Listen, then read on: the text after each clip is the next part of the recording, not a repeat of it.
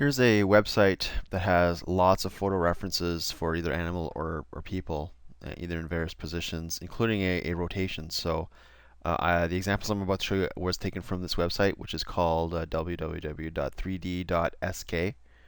The link is here. Okay, so if you want to look more into this, you can even break things down by gender and stuff. It's a fun little site. All right, so here are the pictures I've taken from that, and I want to point out a couple of quick things. Use photo references. The only downside to these particular photos is that the pose is not quite as natural as I would like it, particularly the arms. They look like voodoo dolls or something. They're not quite in the right spot. I think they're done like that specifically for 3D artists who have to do modeling. So they want to have the arms slightly separated more than you normally would. At any rate, I'm going to use these as a starting point just to kind of um, showcase a couple of things about the human form that you have to keep in mind when you're developing these things. Thing number one, if we just look at the heads, let's just look primarily at the front view of the head here. The head size is roughly this big, but once we get to the side view, okay, it's wider. Okay, same thing with the woman. So that's one thing you'll want to keep in mind is that the front view is narrower than the side view. Okay, and so you'll want to keep that in mind. We're going to flip that idea with the body.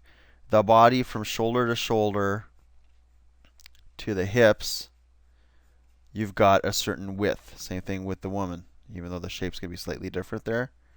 Okay, you've got this kind of a wide shape. And then when you get to the side view, it's something more like this. It's narrower. Same thing with the woman. Okay, so you're flipping that. You got a narrow head at the front and a wide body, and then the side view you got a wide head and a narrow body.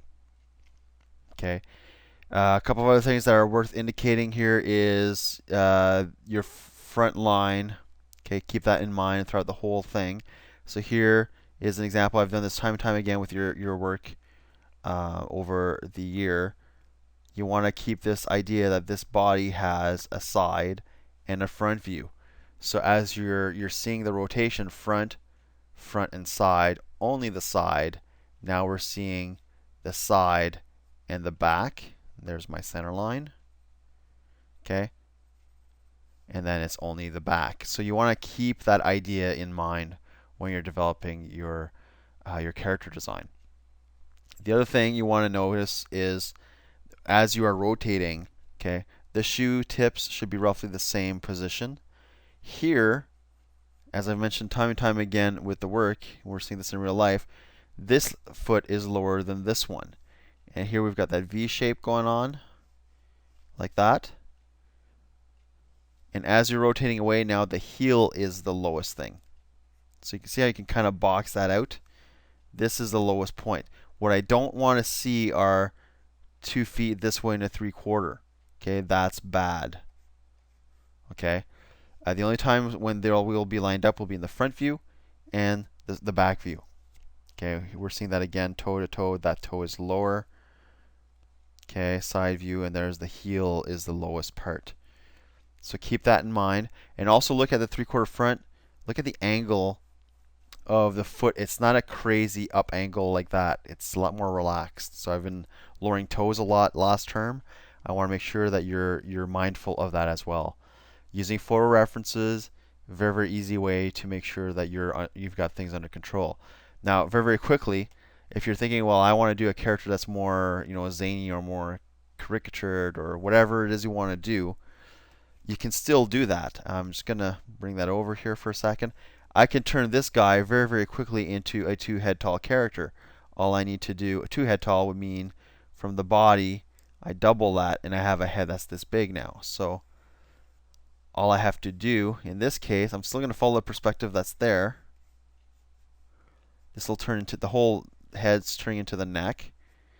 I'm just going to make the hands bigger.